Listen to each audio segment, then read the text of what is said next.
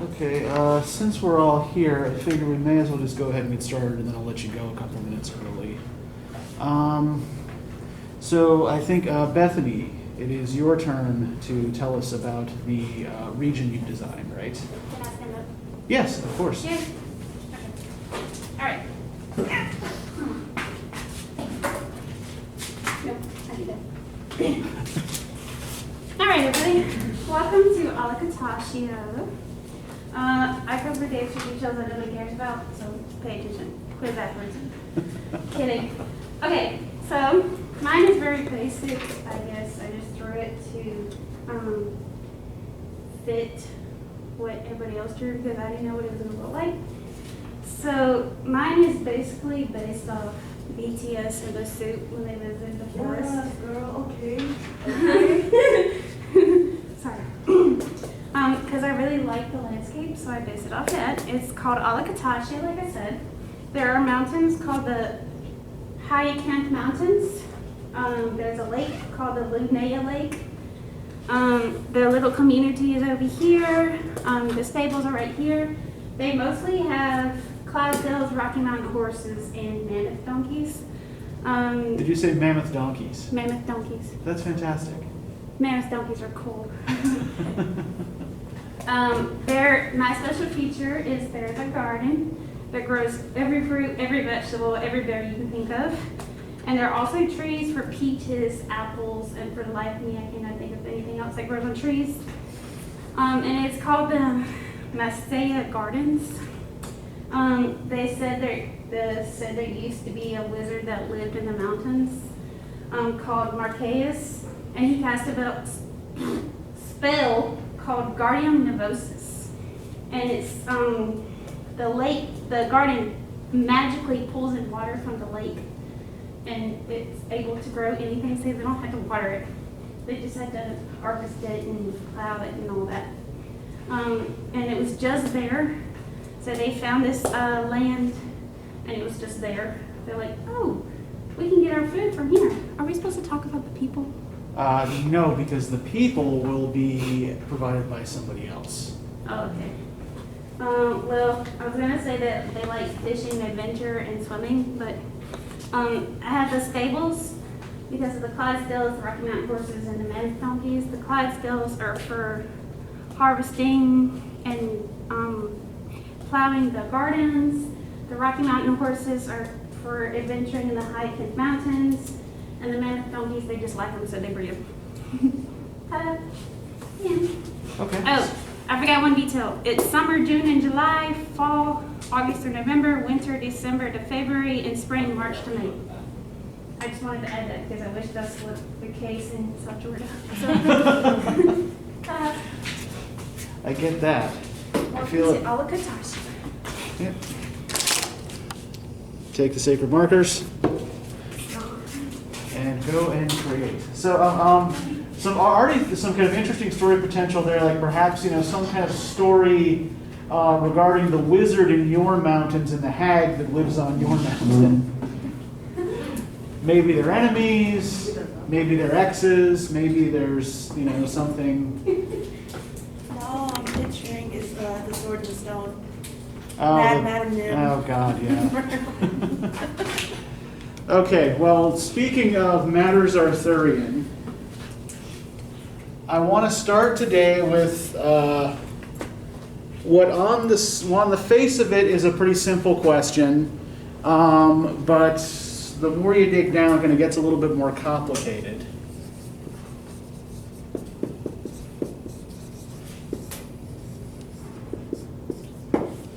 What is the Grail?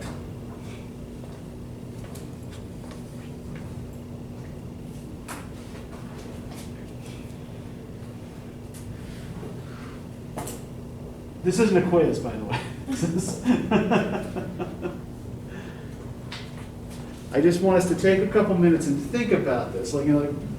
Given, say, your previous experience, any previous reading you've done, movies you've watched, whatever, right? What do you imagine the Grail to be? I think of the Holy Grail. Okay. And how that was like the Crusaders, and that was, their search was for the Holy Grail. Well, we're the actual historical crusaders searching for the Holy Grail. They were mostly younger sons searching for land, right? In a feudal society that tended to give land to their older brothers.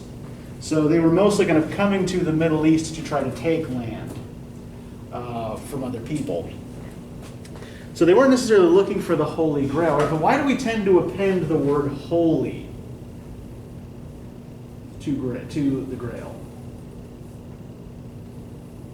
Does anybody know? Can I be completely honest with what I thought of? What? I thought it was a Jay-Z song. Okay, Like, that's the first thing that came to my brain.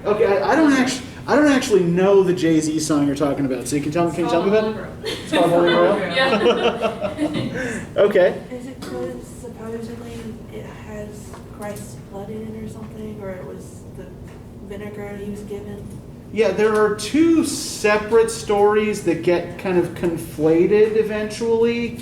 One of them being that it's the cup that Christ used at the Last Supper,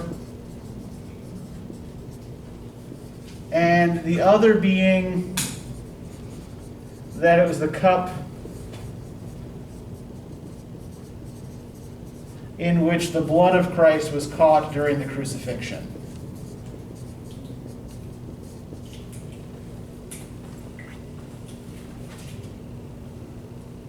Any other experience you guys have with the idea of the Grail or with,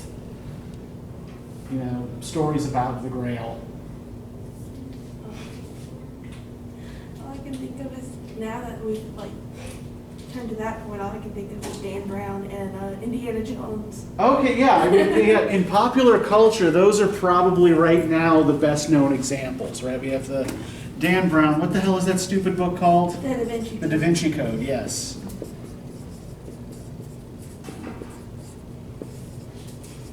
Okay, and Brown, let me remind myself here. Brown's theory is that the quote-unquote Holy Grail actually refers to a bloodline, right? Yeah. Of people who were descended from Christ and Mary Magdalene. That's the idea? Yeah. Yeah. I remember once reading an article written by a geneticist that said that the basic problem with Brown's theory, even if you're kind of looking at it from a completely neutral religious point of view, is that if Christ had descendants, virtually everyone alive today would be descended from him.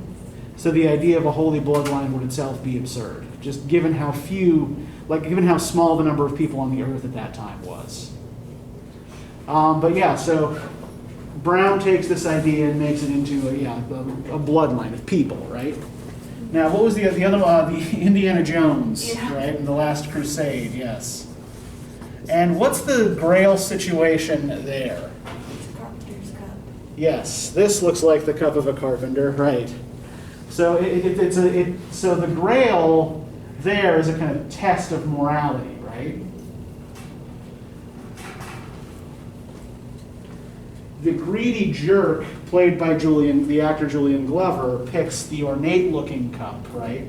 Assumes that must be the cup of the King of Kings, drinks it and dies, right? And the knight who's been protecting it says very dryly, he chose poorly. And then Jones, the archaeologist, who actually knows shit about shit, right? Correctly suggests the humble-looking cup of a carpenter, right? But when we look at these pop culture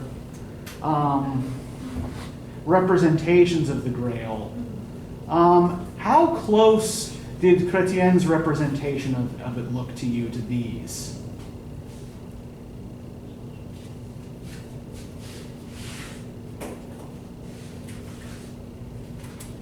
So the whole text is called The Story of the Grail, right? How central does the Grail actually seem to be to the narrative so far? Not very, right? It appears once, very briefly, right?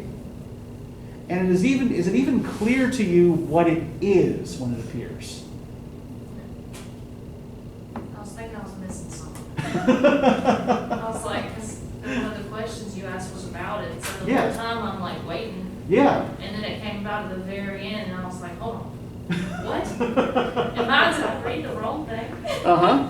Yeah, it just like you blink and you miss it, or like if you zone out while you're reading, you miss the appearance of the Grail, right? The importance in the scene being that Percival asks no questions about it, right? He just lets it proceed and says nothing. Which turns out to be a grave mistake. But would it surprise you to know that Chretien's story is the first mention of the Grail in any literary or historical tradition?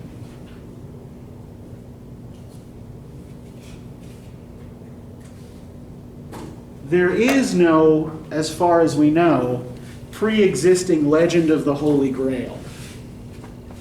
Does Chretien even call it the Holy Grail? Does he ever use the word holy? No, it's just the Grail, right? And Grail, or Graal,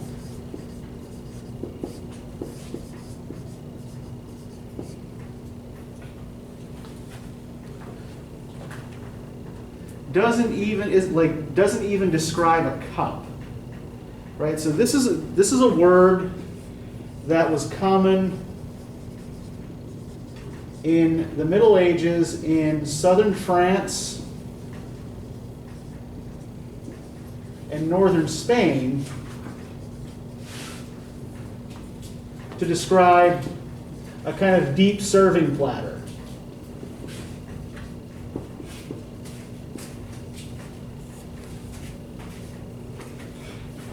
So the Grail that Chretien gives us isn't necessarily holy and is almost certainly not a cup. So the object around all of these around which all of these legends evolve, right, doesn't start out with any of these associations. So there are a lot of theories about where this idea of a magic or spiritual grail comes from. One of them being that Chretien gets the idea from Celtic mythology.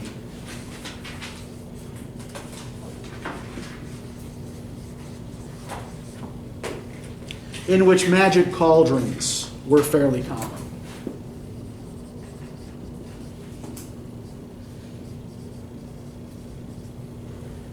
In Welsh mythology, for example, in a story called Branwen, Daughter of Lear,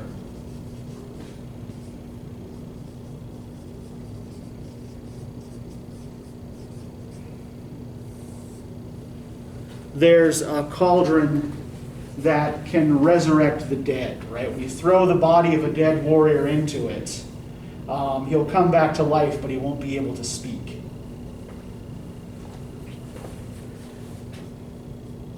There's also an Irish deity called the Dagda, who's associated with abundance and fertility. And the Dagda has a cauldron of plenty.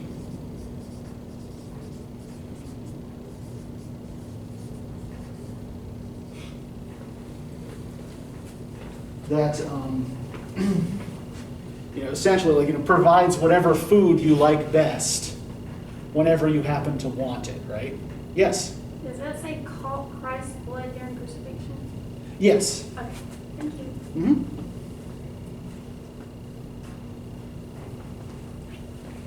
But there is another possible, less esoteric source for all of this.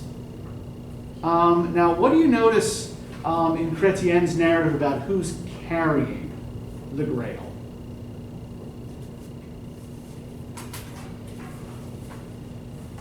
You said who's here? Yeah, who's carrying it as Percival watches the procession? It's a maiden. Yeah, a maiden is carrying the Grail, right? Now, if this were a religious object, like a Catholic religious object in 12th century Western Europe, that in and of itself would be highly unusual, right? The idea of a maiden carrying a religious object, being part of a religious procession, rather than than a priest or a young man doing it, right? So, in northern Spain, there are several churches in a region called Catalonia.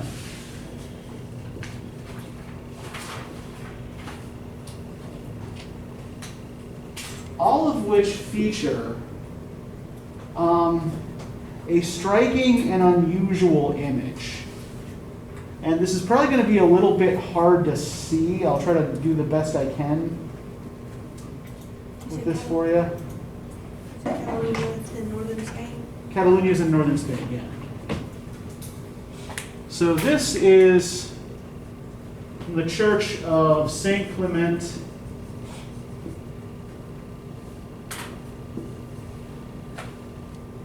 the Tall. Tall is the village that the church is in.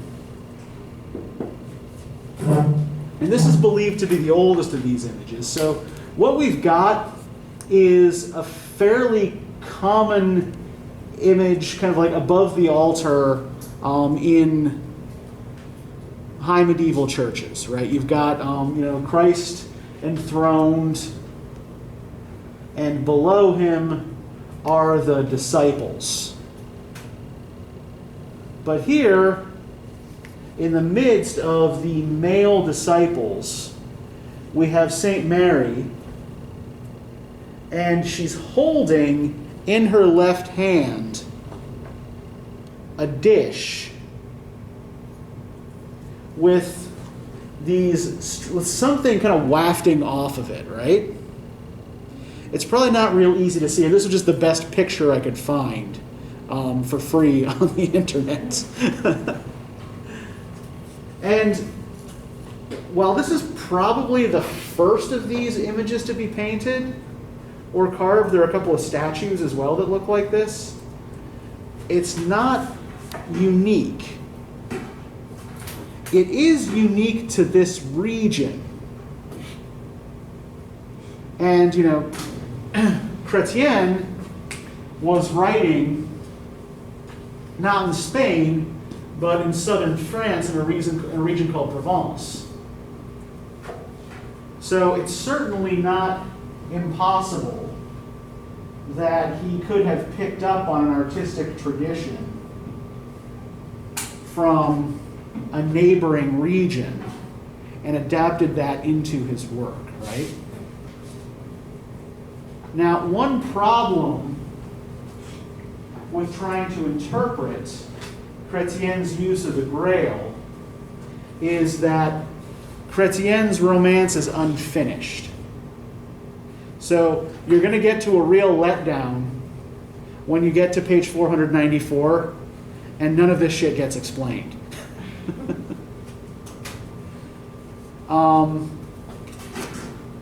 No one's entirely sure why the romance is unfinished, because we don't know very much about the basic details of Chretien's life. That's not unusual for a medieval author. What we do know is that this was probably written sometime in the 1180s and abandoned around 1191. There are two possible reasons why it was abandoned in 1191. One is that Chretien's patron,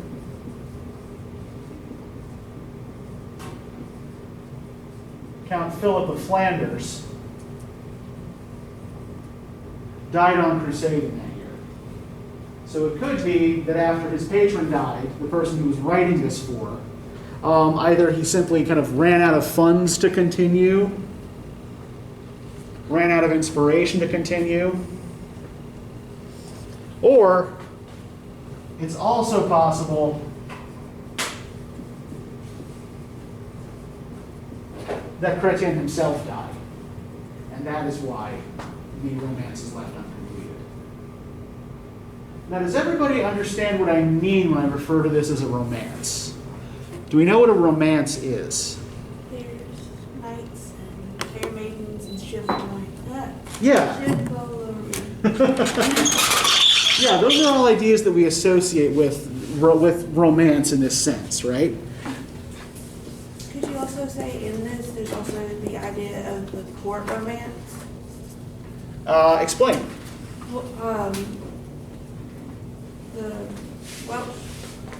boy, he meets these maidens, and the first one he assaults her and takes her ring. Yes. But then the other one, Blanchefleur, he doesn't move past anything other than comforting her and giving her a kiss and like, oh, I'll come to your castle and feed your people, but that's it.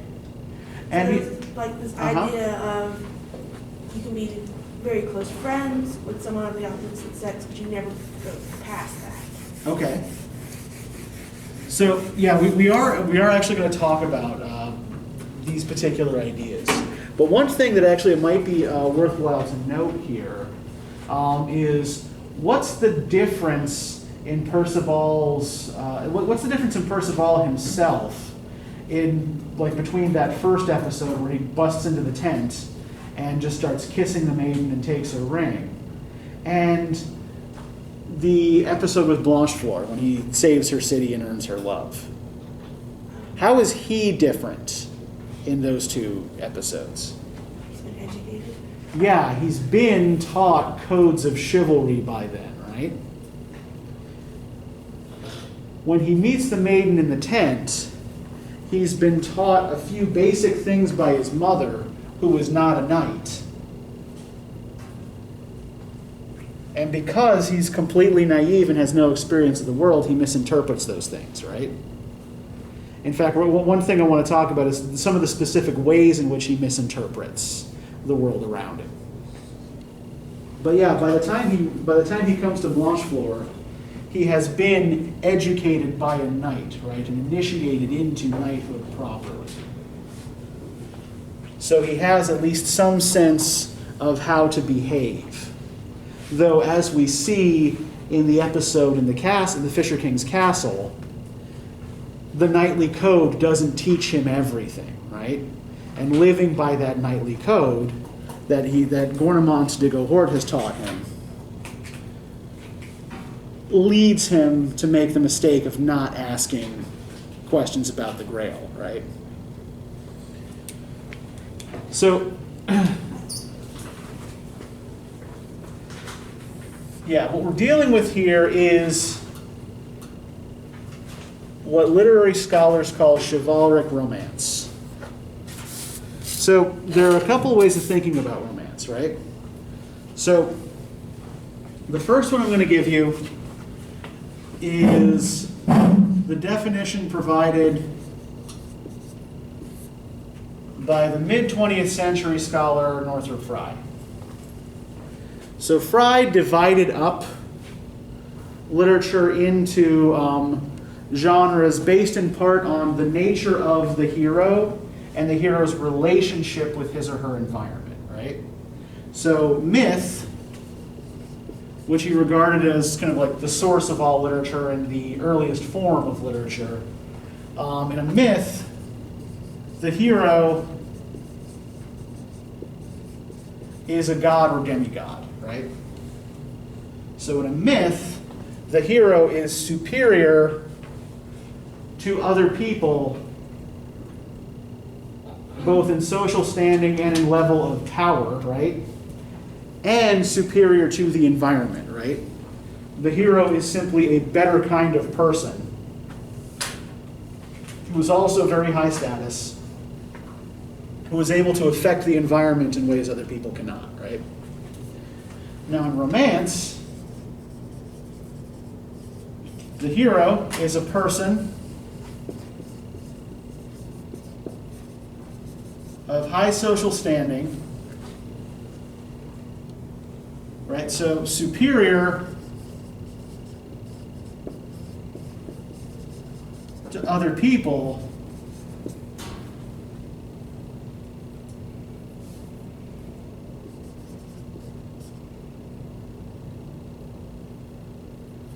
in both degree and kind. That is in terms of social status and relative level of, physical prowess, supernatural power, whatever, right? But is not superior to their environment, right? They can't just enact their will upon the world like a god or a demigod can.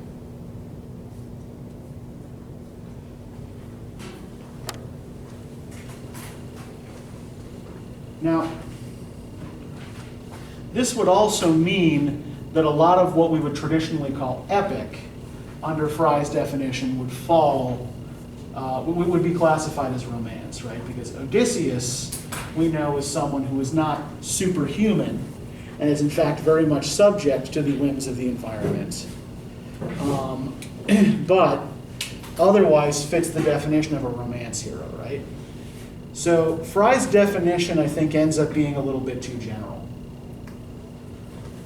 So when we talk about chivalric romance, right, one of the big differences between a romance and an epic is where like what kind of society it takes place in, right?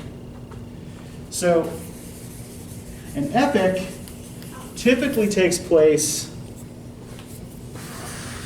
in a kind of like society marked by tribal warfare, right? A chivalric romance takes place in a developed courtly society.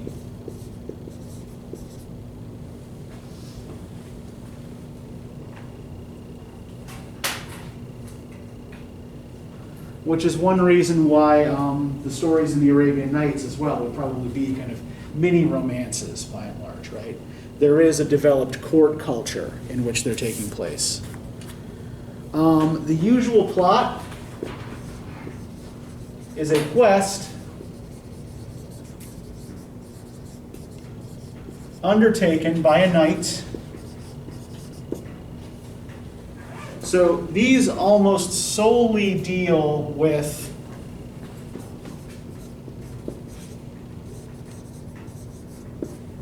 aristocratic adventure, right? We're only talking here about people who are members of the nobility in various forms and levels. And in a myth or an epic, supernatural events tend to be the result of meddling by the gods, right?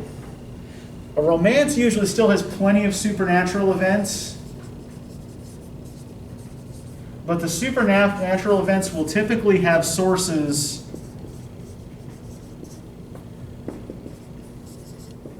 in this world.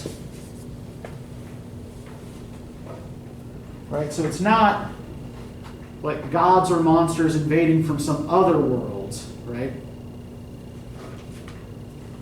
It is all very much focused on this world. Now, the word romance itself originally just referred to any text that was written in French rather than Latin.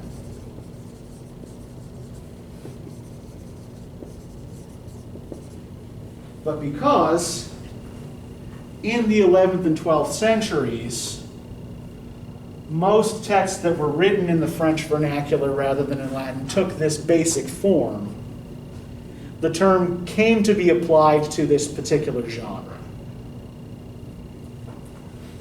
Okay, any questions?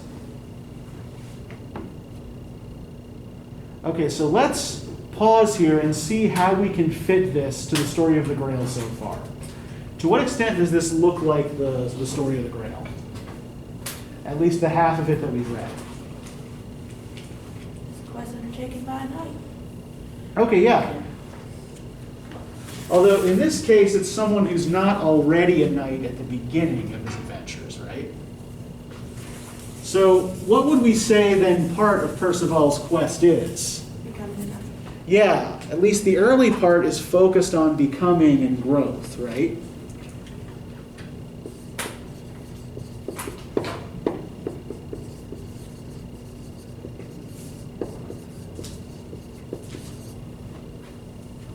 And I would argue that really all of Percival's quest is focused in some way on becoming and growth, rather than on the usual chivalric romance goals are gaining a kingdom or a bride or a mistress or some such thing, right? But I think that this one is very much focused on growth in particular ways. Where else do we see this fitting the chivalric romance model? It's in a developed courtly society. Okay, yeah, we've got to develop courtly society, right? In fact, what's the court we're dealing with here? Arthur's. Yeah. But what does King Arthur's court look like here?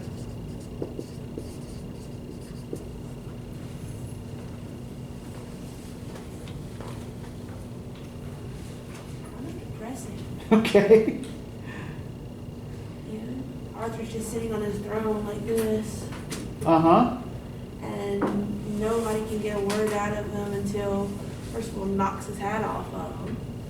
Uh-huh. And, Percival's told, well, the king's happy because he defeated this enemy, but all of his knights have gone home and he doesn't know how they're faring. Uh-huh. So the king's depressed, so the rest of the court's depressed. Yeah.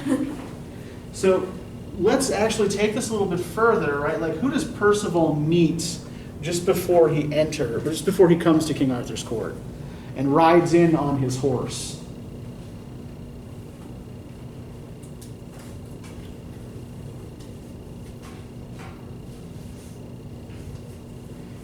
We turn to page 392.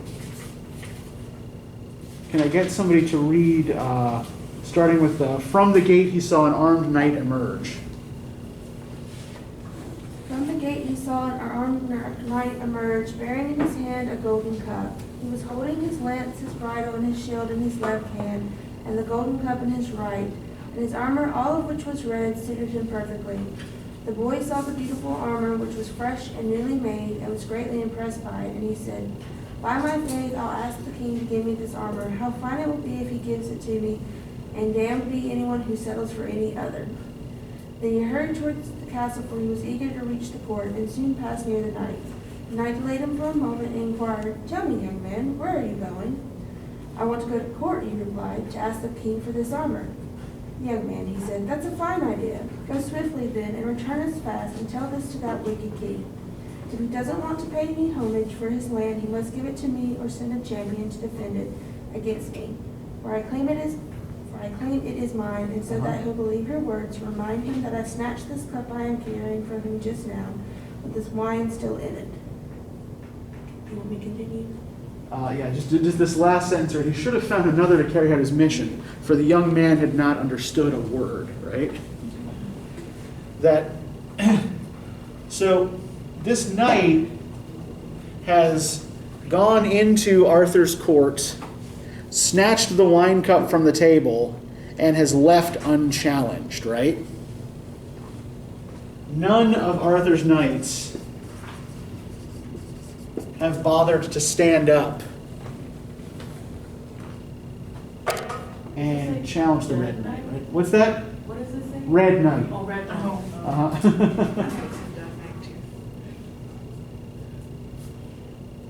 And then when he enters, right, to continue there, right, he should have found another carry out his mission, for the young man had not understood a word. He did not slow down until he reached court, where the king and his knights were seated at table. The main hall was at ground level, and the boy entered on horseback into the long wide hall, which was paved with marble. King Arthur was seated dejectedly at the head of a table. All the knights were eating and talking among themselves, except for Arthur, who was disheartened and silent. The boy came forward but did not know whom to greet, since he did not recognize the king. Right, so he doesn't know who ranks where here, right? And yeah, does this look like a particularly effective or noble band of warriors? Yeah, I mean, they're all just sitting around laughing and talking. The king is sitting there with his face in his hands, right? They've just been humiliated by this knight, and nobody's doing anything about it, right? So we have a court that is portrayed as lazy.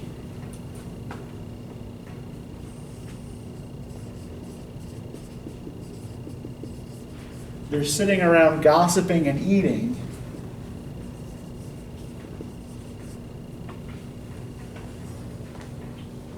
Rather than doing something about this insult to their honor, right? And apart from the king himself, who's the highest ranking person that Percival deals with here? Okay. Yeah. Right, Sir Kay, the king's seneschal. And how does he behave towards basically everyone? He's a turd. Yeah, he's rude, he's violent, right? He bullies people who are weaker than him.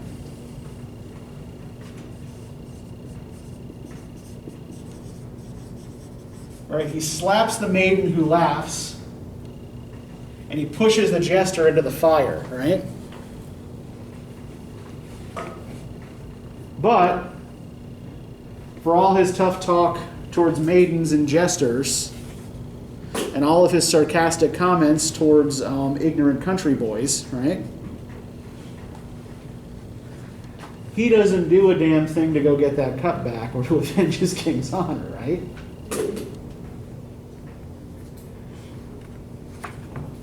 So this is actually not a completely out of the ordinary depiction of Arthur's court in actual medieval romance.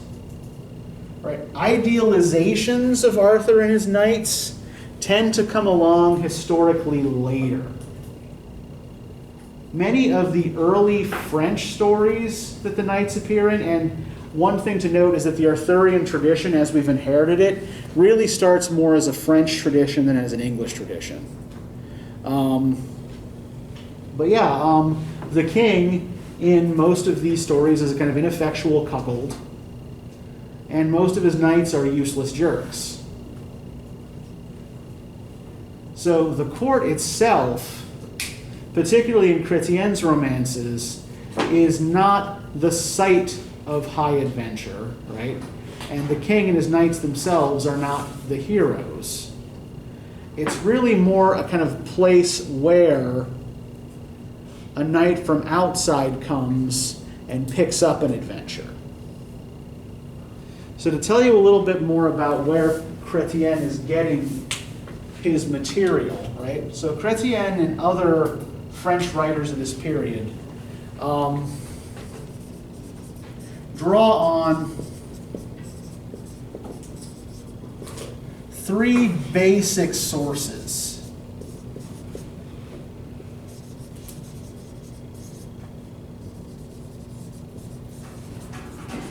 What they call the matter of Britain, the matter of France, and the matter of Rome.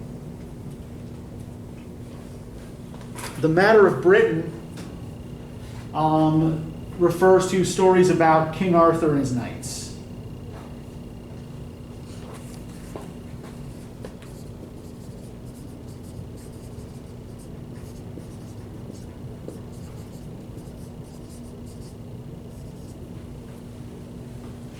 The matter of France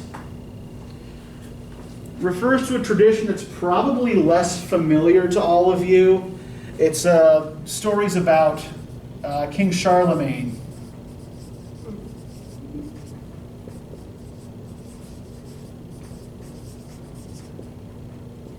and his so-called 12 peers, right? You know, the 12, the 12 mighty knights who serve as his elite guard. And the matter of Rome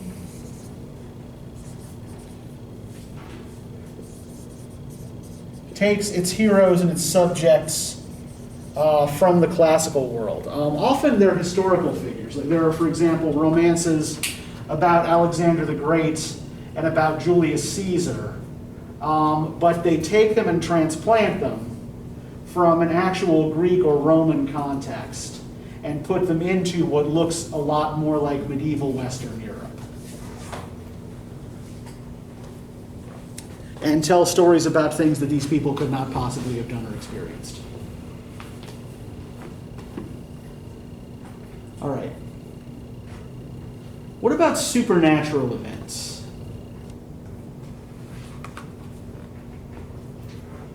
Have we seen anything supernatural happen here yet?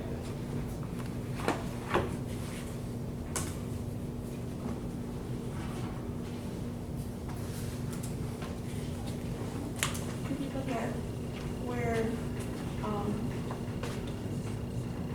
like Florida, people are worried about being invaded, and the enemy's like, oh, well, they won't be able to fight us. They're weak and starved. We'll send 20 knights in and we'll take them all out. And then it's like as if some miracle, a ship crashes. Okay. With resources. Yeah, I think that's actually, I think, more just like good luck and irony. If we look at the way that's described to us.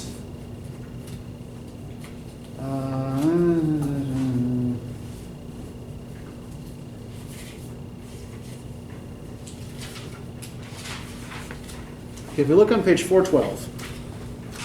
Right, so Clamado, the knight who is besieging Blanchefleur, her city of Beaurepaire,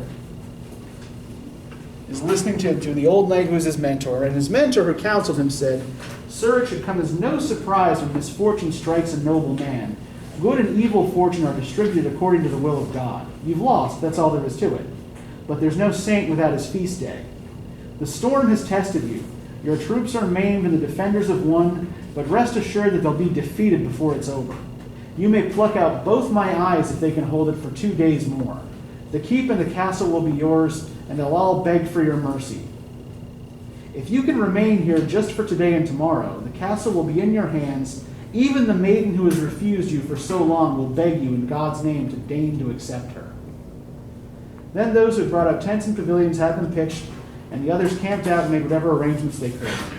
Those within the castle removed the armor of the knights they had captured. They did not lock up their prisoners in irons or in dungeons, but only had them swear on their word as knights not to attempt to escape or ever seek to do them harm. And that is how matters were arranged among those within. On that very day, a ship heavily laden with wheat and filled with other provisions had been driven across the waters by a powerful storm. It was God's will that it should come intact and undamaged to the foot of the castle. So, what's going on here is really something more like the mentor's speech being confirmed here, right? That, God distributes good and bad as he pleases and not according to human wishes, right? So Clamado might really, really want to starve these people out, but divine providence or the wheel of fortune has other plans for him, right? And that's actually something we should note about the medieval mindset generally, right? So there's an early medieval Roman philosopher by the name of Boethius who writes a book called The Consolation of Philosophy.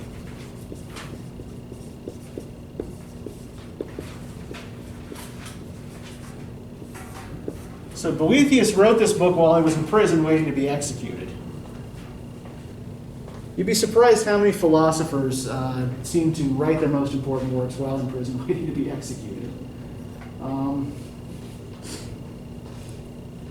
And Boethius describes life as operating according to a kind of wheel of fortune principle. Right? In fact, the wheel of fortune is the allegory he uses to describe it. right? That, he who is at the top of the wheel today will be at the bottom of the wheel tomorrow, right? He who is a king today will be a beggar tomorrow. And that this is just what happens to everybody, right? The wheel brings you up and it casts you down. And so anybody who experiences good fortune can also expect that their luck is going to turn around at some point. Because no good fortune lasts forever. Doesn't sound like much of a consolation thus far, right?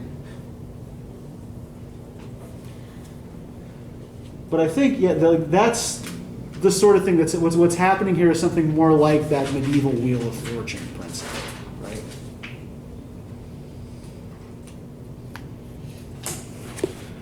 There is, I think, though, something much more straightforwardly supernatural, right? The events in the Grail Castle, right?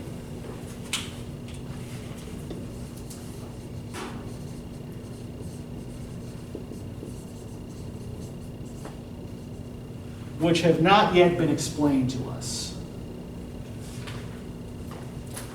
We know that Percival did wrong by not asking the right questions, or really not asking any questions. But we don't really yet know why that was wrong, or what's going on with the Grail, or the bleeding lance that follows it, right? Now, one way we might interpret, and this is the way some people interpret the Grail and the bleeding lance, and I'm just going to throw this out there and we can pick it up or leave it as we wish to, is that these are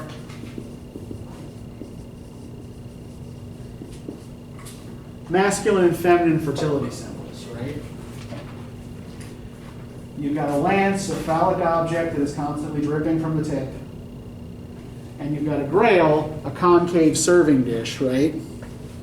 Which could very well be a kind of yonic symbol. On top of that, where does the Fisher King reside? What is the area he rules over called? Did anybody catch that?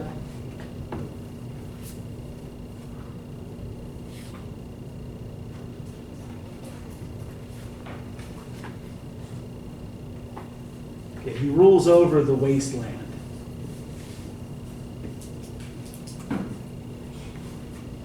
And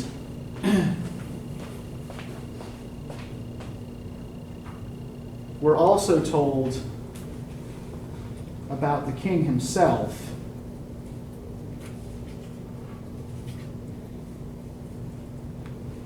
On page 424. Can I get somebody to read from "And the Maiden Said"?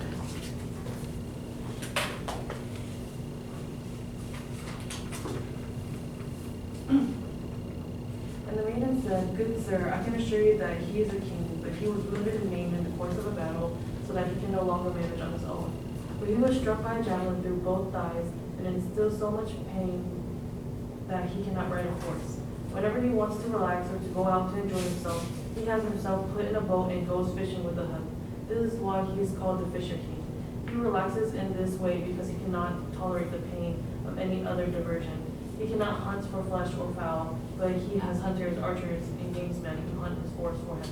This is why he likes to stay in his hidden retreat, for there is no retreat in the world more suited to his needs, and he has had a mansion built that is worthy of a noble king. Okay, thank you. So, does anybody know what it means that he's wounded through the thighs? He's been castrated. Yes, exactly, yeah. Wounded through the thighs is a common medieval euphemism for castration.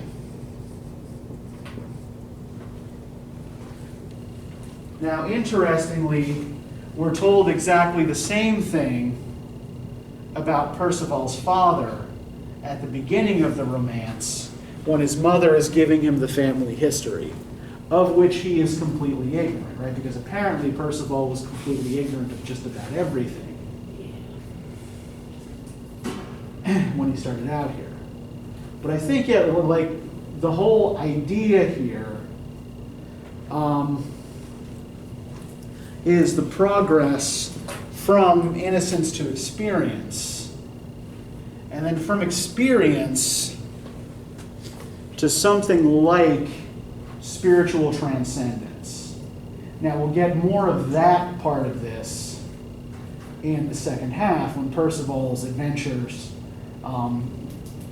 eventually end up kind of trail off, right? We don't really find out what happens to Percival,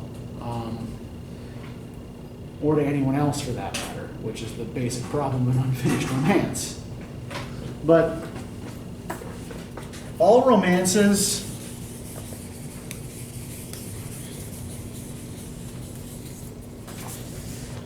are kind of built using two basic elements, right? What poets at the time called the matière, which is the narrative itself. And the matière is always structured around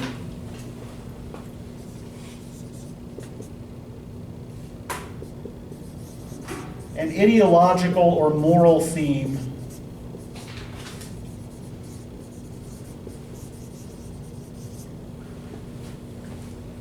called scène. So the matière is the narrative itself. The scène is the theme. And I think that the theme here, the scène, is Percival's journey from innocence to experience to spirituality. So I want to try to look at everything that happens here in this particular light, right? And I think that the courtly love episode kind of is a part of that. We're talking there about worldly experience, right? But it would probably help if we tried to trace what Percival's journey and kind of education looks like up to this point, right? So, what is Percival like when we first meet him? What do we notice about him?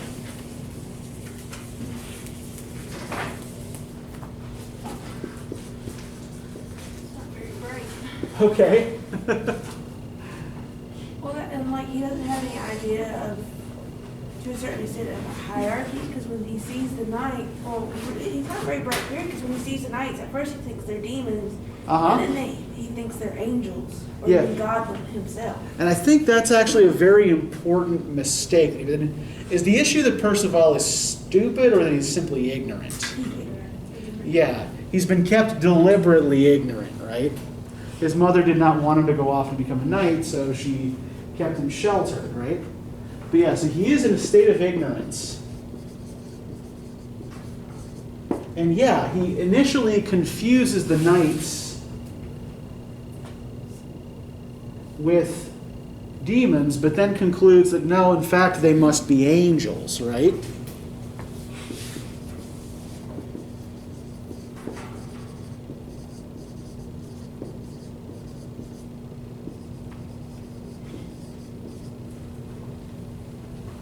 And even when he is disabused of this particular notion,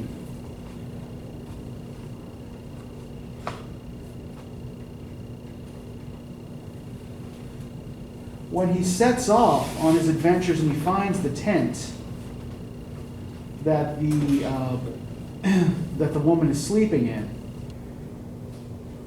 Can I get somebody to read on page 389, starting with the next morning the boy arose.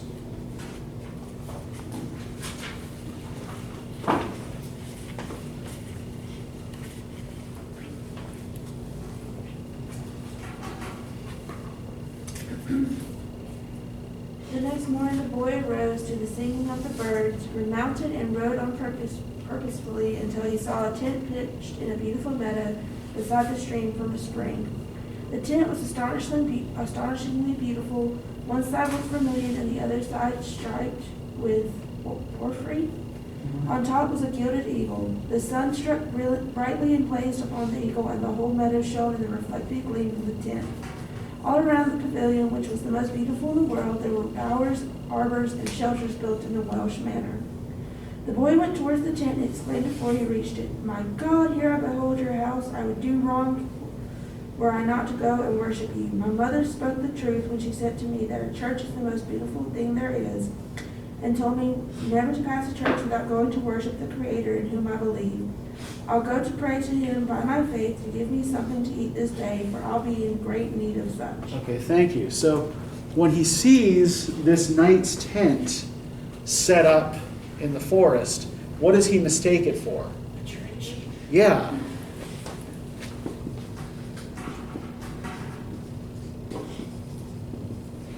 All churches are in the meadows with women just sleeping in them. Sure. Although he's also made it clear in the conversation with his mother that he doesn't even know what a church is. Yeah, right? which is weird. He thinks the knights are first demons then angels, but then he's like, well, what's a church? What's a chapel? What's mass? Yeah. But I think this is all part of a theme that's building in the early parts of the narrative here. What do these two scenes have in common? Knights Knights, yeah. and religion. Knights and religion, yeah. And how else are they related? What's this? How is the same kind of thing happening in both of these scenes? It's in a meadow. Okay. He's He makes a mistake in both cases, right? And it's the same mistake. He's confusing something worldly, something secular, with something spiritual, right?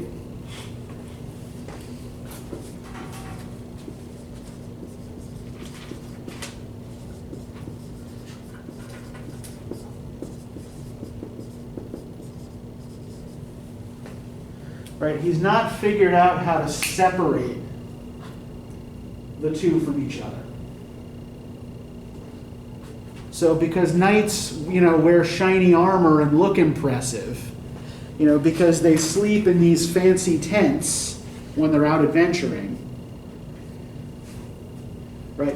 They must be angels, and their home, these temporary homes they set up must be churches, right? And in fact, when he goes in and takes the woman's ring, the meat pies and the wine are underneath a white cloth, as you would often see in the service of a Catholic Mass.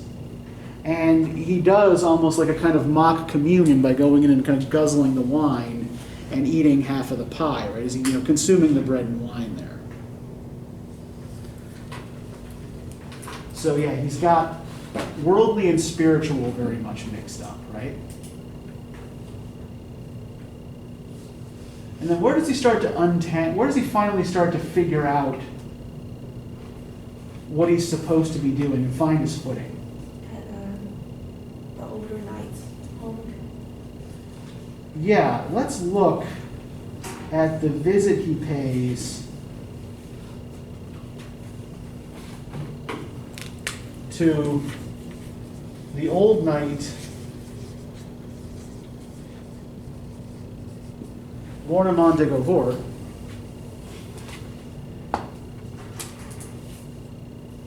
And what does Warnemon teach him? Not to listen to, not to say that he's learned it from his mother. Okay, right. Stop telling everybody what you learned from your mother. Yes.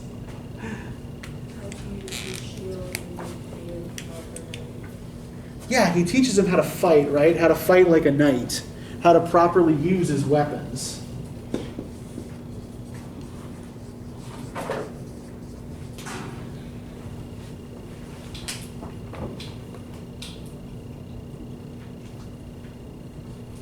And he also teaches him some things about the code of chivalry, right? And the way a knight is supposed to behave. Right? He teaches him manners.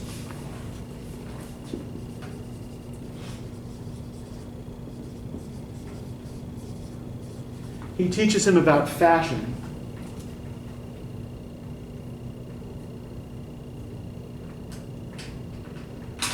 And mercy. Yeah. That it's better to be merciful than to strike down your enemy. Yeah, that it's better to show an enemy mercy. Indeed, the code of chivalry is supposed to be built on defense of the weak by the powerful, right?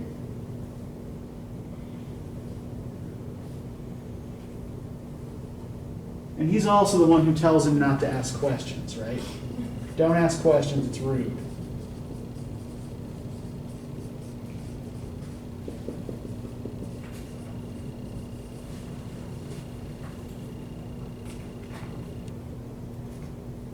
And yet, right, despite all of this good worldly advice, and this is worldly advice, right, that Percival gets from Gornemont,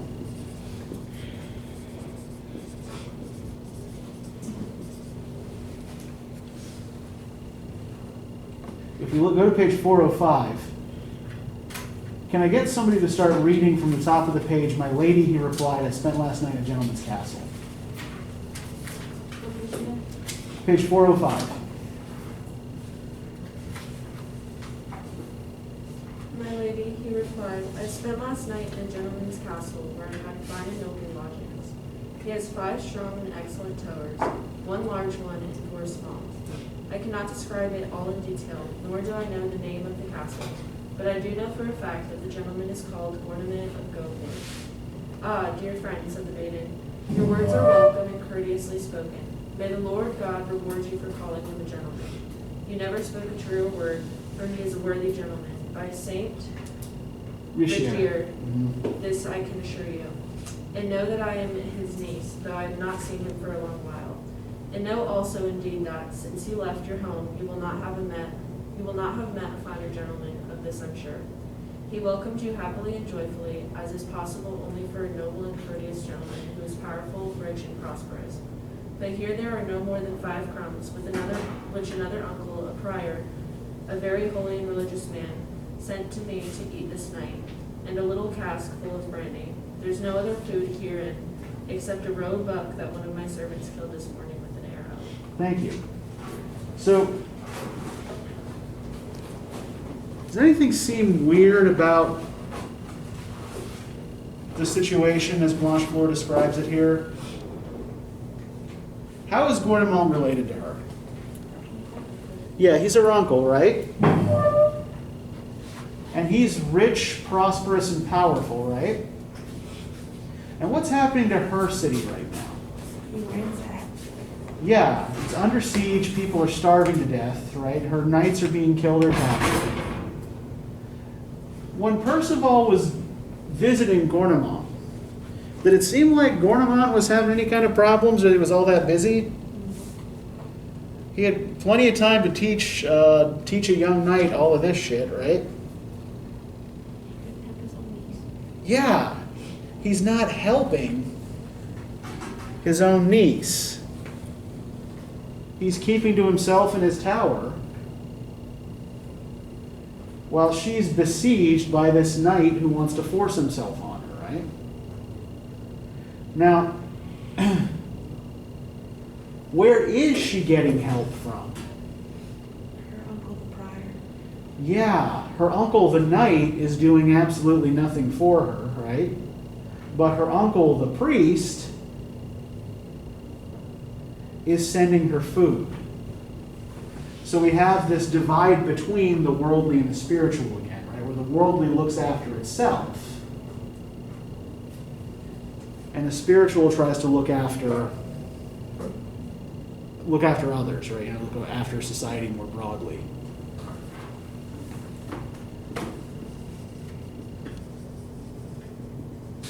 So I think that one of the things that we're seeing as we get through this is that there is a kind of critique of knighthood and of chivalry as a kind of false idol and a kind of false pursuit, right?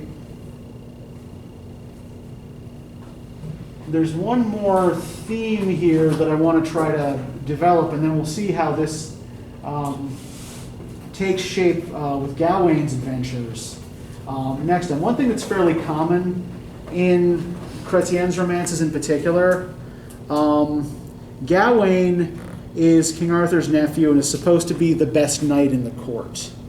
And so oftentimes, Chretien will have his hero, whether it's Percival or Lancelot or Yvain, go off on a particular adventure, and then Gawain will go off on a set of adventures that are kind of parallel to and comment on the other hero's adventures.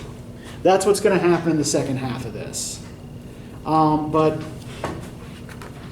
when Percival defeats this other knight, Angangaron,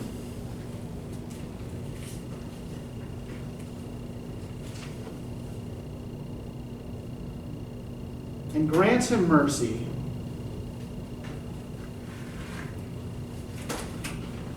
why doesn't Angangaron want to go either to why doesn't he want to surrender either to Blanchefleur or to go surrender to Gornemont? What's that? Yeah, they're going to kill him. Why are they going to kill him? Because he killed her father, his brother. Yeah, because he's done wrong to their families, right? So because knighthood is built on violence, right, virtually all of these knights, whether they're quote-unquote good or bad, with the exception of Percival the Innocent, have these histories behind them of essentially slaughtering one another's families, right? So, because they leave these trails of violence behind them, they often can't expect to find mercy if they surrender. And they create these kinds of vendettas that complicate matters for them everywhere they go, especially, as we'll see, a very famous and successful knight like Gawain. Okay, so does anybody have any questions about any of this stuff so far? Yeah, Grace. Are these stories of King Arthur and Gawain completely different from other stories of King Arthur and Gawain? I'm reading a story in my British literature class right now about the Green Knight. Okay. So they're kind of like King Arthur's in that one, he's in this one, and Yeah, I'm wondering yeah. if they're different timelines or just completely different stories with Yeah, and characters. Yeah, Because they're kind of overlapping right now. yeah. Sir Gawain and the Green Knight is it's later for one thing. It's considerably later than this, and it's also produced in England rather than in France. So there is some, but yeah, usually what's going on in these stories is the writer of the romance is taking pre-existing characters. I'm not going to say it's like fan fiction, but in a way it kind of is, right? They're taking pre-existing characters who already have these known sets of attributes, right? So, one of the reasons why Sir Kay acts like a dick in this story is because that's his kind of assigned role in Arthurian stories, right?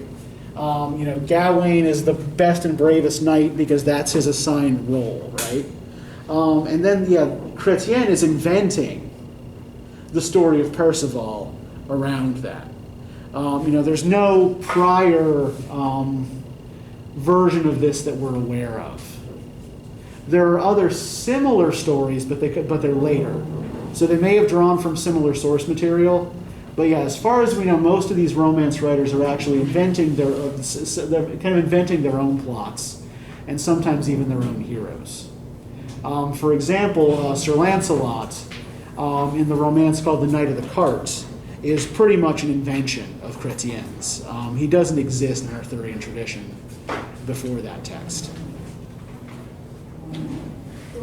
So yeah, what we're seeing here, like just about all of what we think of as the central elements of Arthurian legend are developed in France in the 12th century.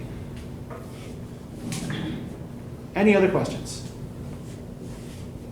Good question, by the way. Okay, then let me give you my reading questions for you for next time. Have you, A24 came out with The Green Knight. I don't know if you've seen the trailer. Yes, I have seen the trailer, and I would really like to see the movie. Do you know if it's streaming or if you have to go to a theater to see it? I haven't looked into it because I want to watch it too, because we read Sir Gawain and the Green Uh-huh. Knight.